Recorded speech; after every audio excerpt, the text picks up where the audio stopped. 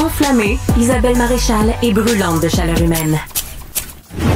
Isabelle Maréchal. Bienvenue au service à l'auto. Qu'est-ce que je peux faire pour vous? Vous savez, il n'y a pas juste Benoît Dutrisac qui est là pour aider. Nous aussi, avec Antoine Joubert, chroniqueur au Guide de l'auto, on vous aide toutes les semaines. Normalement, le vendredi, mais exceptionnellement, aujourd'hui, c'est jeudi. Parce pour que ce demain, service à l'auto. Exact, parce que demain, je quitte pour aller conduire la nouvelle Dodge Charger électrique. La Dodge Charger est synonyme de gros machin polluant, moteur V8, performance. Ouais. Ça va rester moteur qui sonne comme un V8 et performance, mais en électrique. On va l'entendre, le moteur. Oui, parce qu'ils ont développé une technologie qui s'appelle Fratstronic, qui recrée le son d'un moteur V8 en accélération, comme si c'était à des courses de drague, mais avec un moteur électrique. Bref, alors on s'en va essayer ça sur des pistes, on va s'amuser un peu. Comment tu fais? Tu appuies sur un bouton puis tu as le moteur. Je vais découvrir ça ce week-end. Ouais. Je vais découvrir ça ce week-end. Mais par opposition à tous ces véhicules électriques où on entend juste un ouais, ou un son de Dark Vader. Ouais, il y a des sonorités. Chez Porsche, je ne sais pas qui a développé les sonorités, mais c'est assez spécial. Ouais. Mais j'en profite aussi, avant de poursuivre là-dessus, que je veux te remercier de faire partie de notre équipe.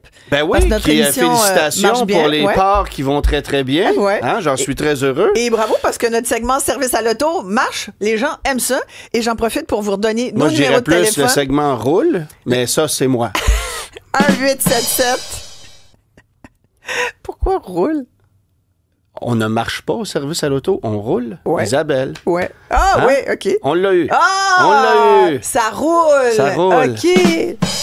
Moi, je suis encore dans la dinde décongelée. Tu comprends, dans le saumeur. 1-877. Moi, je suis pognée dans le saumeur depuis tout à l'heure, j'en reviens encore pas. 1-877-827-2346. Texto, vous faites le 187 Cube Radio et vous nous posez vos questions, bien sûr, à Antoine Joubert qui est là pour y répondre. Si vous avez des questions sur des véhicules que vous voulez vous procurer, bon, n'importe quoi, vous savez comment ça marche. Antoine est pas de bonne humeur, je veux juste vous le dire. Ça commence de même. Antoine n'est pas content cette semaine. Ça comme ça? J'aborde ça de même. Ouais. Ben, écoute. Dis-nous pourquoi. J'ai feuilleté les différents... Il y a quelqu'un qui t'a titillé la transmission. Non, mais c'est-à-dire que j'ai lu beaucoup d'articles en fin de semaine où on faisait une promotion démesurée de la voiture électrique et ça avait toutes les allures d'une commande gouvernementale. Tu sais, c'était... Il y avait peu d'objectivité en ce qui me concerne dans les articles que j'ai pu lire parce que... Puis là, on y est allé de déclarations choc, notamment du ministre de l'Environnement, Benoît Charette, qui est allé dire « On va manquer d'essence bientôt. Les stations-service sont en train de fermer. » Mais sur quelle planète tu vis, mon cher Benoît Charette? Parce que demain matin, si tu me demandes de m'ouvrir un Subway, un Tim Hortons ou un Esso, je peux te dire que... Tu prends Esso? Ben, garde. Mais tu peux avoir un Tim Hortons en dedans. Oui, mais c'est la chose que je veux pas. Tu peux vendre des beignes dans un... Oui, quand même. Mais tu sais, parle à un propriétaire de Tim Hortons, il va te dire que c'est pas si payant, mais parle à un propriétaire de station-service, tu vas avoir de la misère parce qu'en ce moment, il est en Floride. Oui, c'est ça. Tu sais, c'est pas la même chose. C'est pas vrai que les ventes de pétrole vont baisser drastiquement dans les prochaines années parce que d'abord, le parc automobile est encore immensément composé de véhicules à combustion. Je m'explique difficilement un truc, cependant, c'est que les stations-service, et il y en a des milliers, là, rares sont celles qui ont pris le virage électrique et qui ont choisi de faire de leur endroit un centre de ravitaillement où on peut aussi se recharger en électrique. On voit ça un peu en Ontario, mais très rarement chez nous au Québec. Est-ce parce que les tarifs d'hydro sont alléchants, on n'est pas capable d'être compétitif, mais rendu là, tu sais, que ce soit juste un peu plus cher, je pense pas que ce soit un irritant dans la mesure où les Québécois ne regardent pas nécessairement combien ça coûte recharger un véhicule, à moins qu'on soit quelqu'un qui roule énormément. Ils vont le regarder tout à l'heure. Oui, ils vont le regarder tout à l'heure. Quand les tarifs d'hydro vont augmenter, crois-moi que tout à l'heure, on va faire « Ah, ben voyons donc, comment ça, on m'avait pas prévenu? » Mais parce que là, c'est vrai on essaie beaucoup de vendre la voiture électrique. Et toi, au cours de la saison, au cours de l'automne, tu nous as quand même expliqué aussi que même les plus grands constructeurs qui s'étaient promis de ne faire que de l'électrique, ils ont backé. Ben, ils ont backé. Je veux dire, sais, il faut pas se mettre la tête dans le sable. Là, c'est qu'à un moment donné, on est au Québec et on a l'impression que c'est nous qui va diriger le monde. Tu sais, c'est pas comme ça que ça fonctionne. L'industrie automobile fait des choix, doit se plier à certaines décisions gouvernementales, c'est évident. Mais à un moment donné, quand ça n'a pas de bon sens, le constructeur peut faire « Hey, wow, regarde, moi, c'est pas l'avenue que je vais prendre, je vais me protéger. » Puis je vais ouvrir mon portfolio vers d'autres univers. Et c'est ce que font des constructeurs comme Stellantis, comme BMW actuellement, qui vont offrir de multiples technologies et qui vont répondre aux besoins et aux désirs des consommateurs, mais aussi aux normes en fonction des marchés où ils vont vendre leurs véhicules. Et je trouve ça audacieux qu'un constructeur comme Hyundai, qui actuellement chez nous au Québec a le vent dans les voiles pour des raisons évidentes, prenne une tangente extrêmement électrifiée, alors que sur d'autres marchés, les États-Unis, pour ne pas le nommer, bien, ça se vend que très, très peu.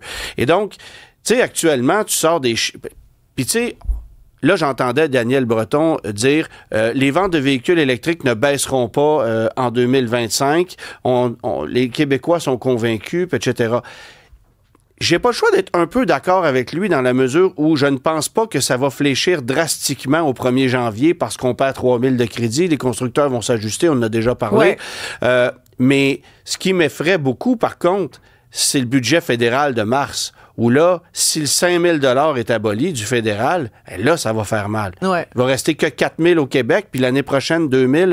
Alors là, ça s'appelle la fin des émissions. Et on a beau me faire croire qu'au Québec, on est plus conscientisé, puis on aime la voiture électrique, puis c'est vrai que l'énergie coûte pas cher versus l'Ontario. Tu sais, les tarifs sont 20-30% moins élevés en électricité qu'en Ontario, puis l'essence coûte 10 sous de moins le litre en Ontario versus le Québec. Donc, oui, il y a une disparité de ce côté-là. Mais tu sais, regarde... Edison, c'est pas rien pareil. Je te sors les chiffres de vente d'Ioniq 5. Et ça, c'est au 30 octobre, là, parce que j'ai pas ceux de novembre dans ma tête, mais on avait vendu 7 229 Hyundai Ioniq 5 au 30 octobre au Québec contre 1 272 en Ontario, dans un marché qui est 2 fois plus grand. Ça représente 17% des ventes en Ontario versus le Québec, mais pour une population 2 fois plus grande, il faut que tu divises par 2. Donc, essentiellement, c'est 8,5% de ce qui s'est vendu au Québec en Ontario. Et attention, ils ont quand même un 5 000 de crédit, là. Ouais. C'est pas comme s'ils avaient rien. Non, mais donc nous, c'est clair. On est donc ça fait juste illustrer. On est chef de file, hein, les Québécois, en matière de choix de véhicules électriques. Ben oui, parce qu'il y a des incitatifs, c'est sûr. Et tu sais, dans tous les articles qu'on a lus... Mais il y a beaucoup de gens qui nous écrivent pour dire « Ouais, moi, j'ai pas encore les moyens de m'acheter une voiture électrique. » Bon, alors, je te donne cet exemple-là, si tu me permets. Vas-y. J'ai un ami personnel qui me contacte, il dit « Je me suis fait voler ma voiture, j'ai décidé de m'acheter une Corolla hybride. Je suis allé chez le concessionnaire Toyota. Puis une Corolla hybride, pour moi, c'est parfait. Ça roule à 5 litres au 100, 5 litres et demi au 100. J'ai beaucoup d'autonomie. C'est pas trop cher. Je veux dire, je vais payer la voiture 35 000 $. Ça convient à mon budget. C'est parfait. Puis je sais que je vais la garder longtemps. T'es allé chez Toyota. Le concessionnaire Toyota a dit, c'est 6 à 8 mois d'attente. Et t'as pas le choix de la couleur. C'est ce qu'on va me donner. Mais si tu veux un BZ4X, je te le livre dans la journée. Il dit, j'en veux pas. Il dit, c'est pas ça que je veux. Fait que là, il est parti de chez Toyota, puis lui, il a toujours acheté du Toyota, toute sa vie. Il est parti de chez Toyota, il a regardé ce qui était disponible sur le marché, parce que lui, ça lui prend 4 roues motrices, quelque chose qui consomme pas trop. Il est sur la route, mais... Bon, il fait beaucoup de kilométrage. Il a regardé ce qu'il y avait sur le marché. Il est allé voir chez Honda. Pas de 4 roues motrices dans l'hybride, ça lui convenait pas. Il veut pas un VUS traditionnel. Il a fini par aller chez Hyundai. Et puis, il est sorti de là avec une Ioniq 5, 100% électrique, mais qui coûte, malgré les crédits, 13 000 $ de plus que la Corolla. Ouais. Mais tu sais, je regardais en 2024, parce que la préoccupation des Québécois par rapport à l'électrique, la première, c'est le prix. Le prix est trop élevé.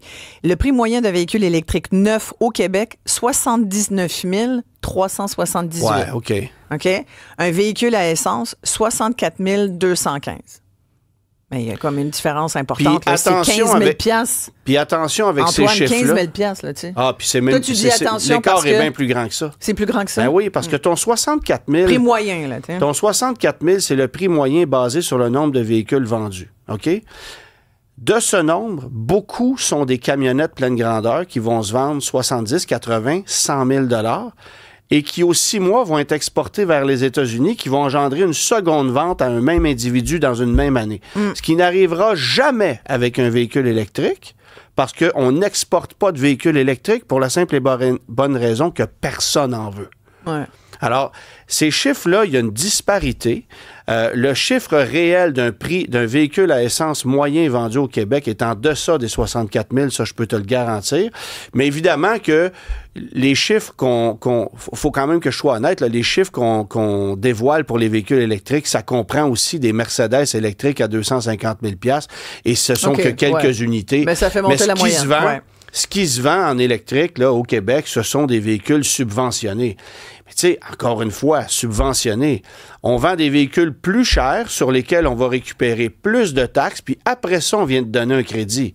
Fait que c'est bien beau que tu le vendes plus cher, tu sais, mais on est bien plus content de vendre un véhicule plus cher, de taxer davantage de TPS tes véhicules pour après donner un crédit, que de vendre une Honda Fit à 24 000 $. Ouais. C'est d'une évidence. Mais non, mais les crédits, c'est un incitatif évident. Là. La preuve, c'est qu'en Colombie-Britannique, ils ont commencé à en enlever. Puis, ils ont tiré la plug. Voilà, et puis on a vu le résultat, c'est qu'il y a beaucoup moins de voitures électriques qui se vendent.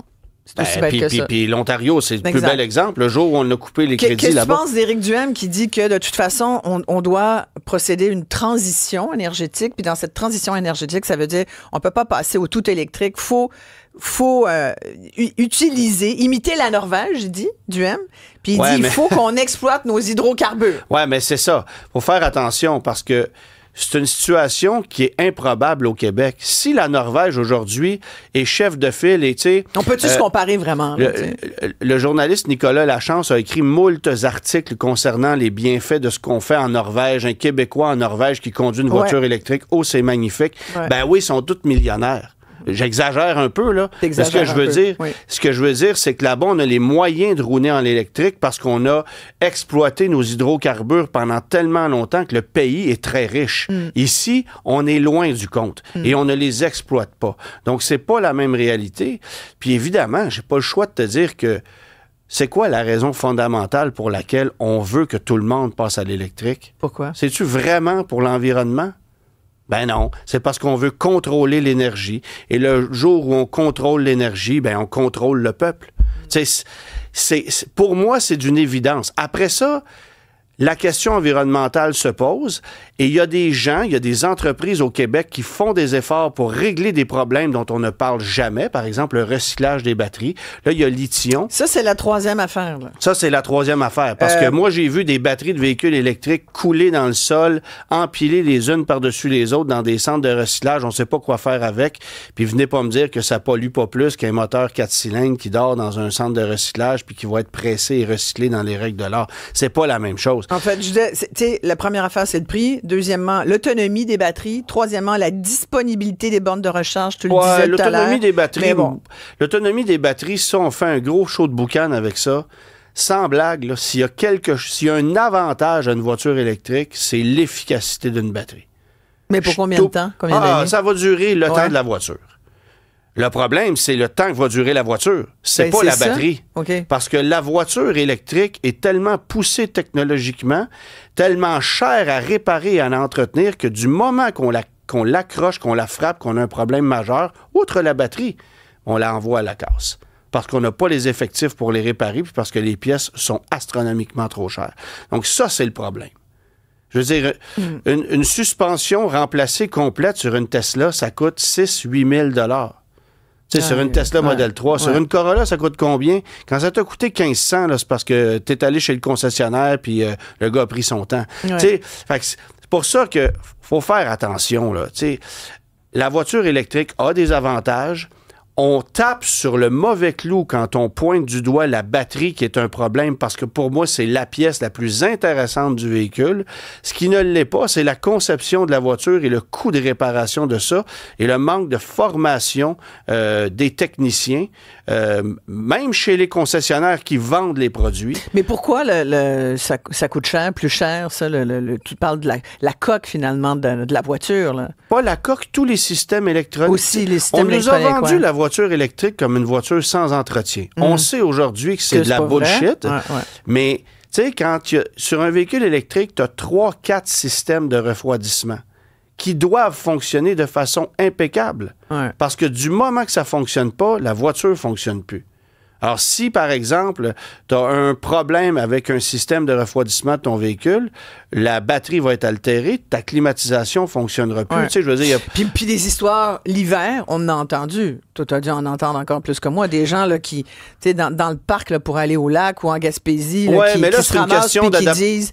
c'est une question d'adaptation face à l'autonomie puis à l'impact du froid sur ton véhicule. Puis est-ce que tu l'as laissé dehors? Ça s'est amélioré, ça?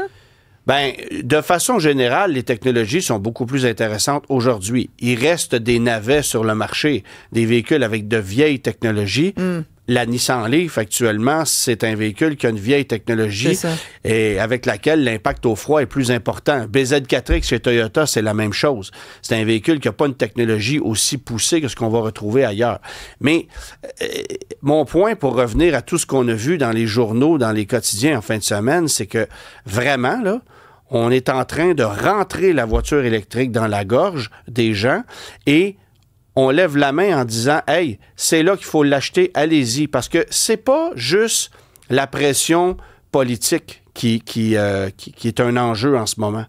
Ce sont les concessionnaires qui ont des centaines de véhicules électriques à vendre et qui ont peur de rester collés avec. Puis, on le disait tantôt, un véhicule électrique, ça coûte plus cher. Donc, ça coûte plus cher aux concessionnaires aussi, qui lui doit supporter ces inventaires-là à des taux d'intérêt qui sont élevés. Des taux d'intérêt qui, soit dit en passant, sont beaucoup plus élevés que ceux qu'on va offrir à l'acheteur d'un véhicule électrique. Parce que si toi, tu es propriétaire d'un concessionnaire Hyundai, puis que 75% de ton parc de véhicules est de l'électrique, actuellement, majoritairement de l'Ioniq 5, de l'Ioniq 6, dont les prix vont varier de 58 à 70 000 $, ben, je peux te dire qu'à 5% de taux de financement, ce parc automobile-là coûte cher à garder. Complètement. On en vend, par exemple. On vend pratiquement 100 Ioniq 5 par jour au Québec. Évidemment, jour ouvrable, là, quand les concessionnaires sont ouverts. C'est énorme. Parce que on en a, c'est l'aubaine en ce moment. Les gens se redirigent vers cette voiture-là. Parfois, faute de choix. Parce que ce qu'on vous dira pas non plus, et ce qui n'a pas été écrit dans tous les articles qu'on a pu lire en fin de semaine, c'est que si on envoie un lot de véhicules électriques ici qui proviennent de toutes les autres provinces qui, eux, sont pas capables de les vendre, bien, on va priver les concessionnaires de petits véhicules abordables qui se vendraient également. Alors, un concessionnaire Hyundai a de la misère à avoir des Elantra, des Kona de base, des Venue. Ça, on n'en a pas. Tu veux un Venue, ça va prendre 6 mois de l'avoir. Mais tu veux une Ioniq, choisis ta couleur, je te la donne ce soir, puis je vais te donner une carte d'entretien gratuit pendant 1 an, puis moi te servir le café le plus exotique que tu veux pas. On va te le donner tout de suite. C'est tout le contraire de ce qui se passait il y a peut-être 1 an et demi, 2 ans, mais ça vient illustrer un autre truc aussi. L'industrie automobile répond à retardement à une demande.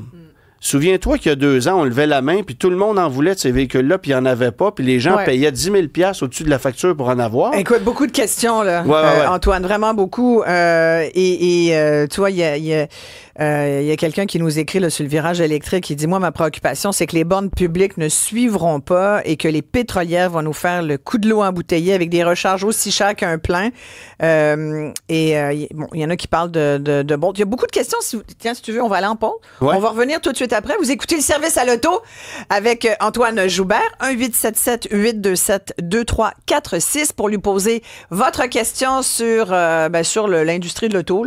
Votre question, ça peut être n'importe quoi. Vous achetez un véhicule, vous voulez changer le vôtre, vous avez des questions sur telle marque ou autre. Savez-vous où je peux trouver des pneus pour un Equinox EV? Ça, je ne sais pas. Je ne peux pas répondre à cette question-là. Surtout qu'aujourd'hui, c'est un retardataire. Faites attention parce qu'il y a des contrôles policiers. Texto, vous faites le 187 Cube Radio. On revient tout de suite après ceci.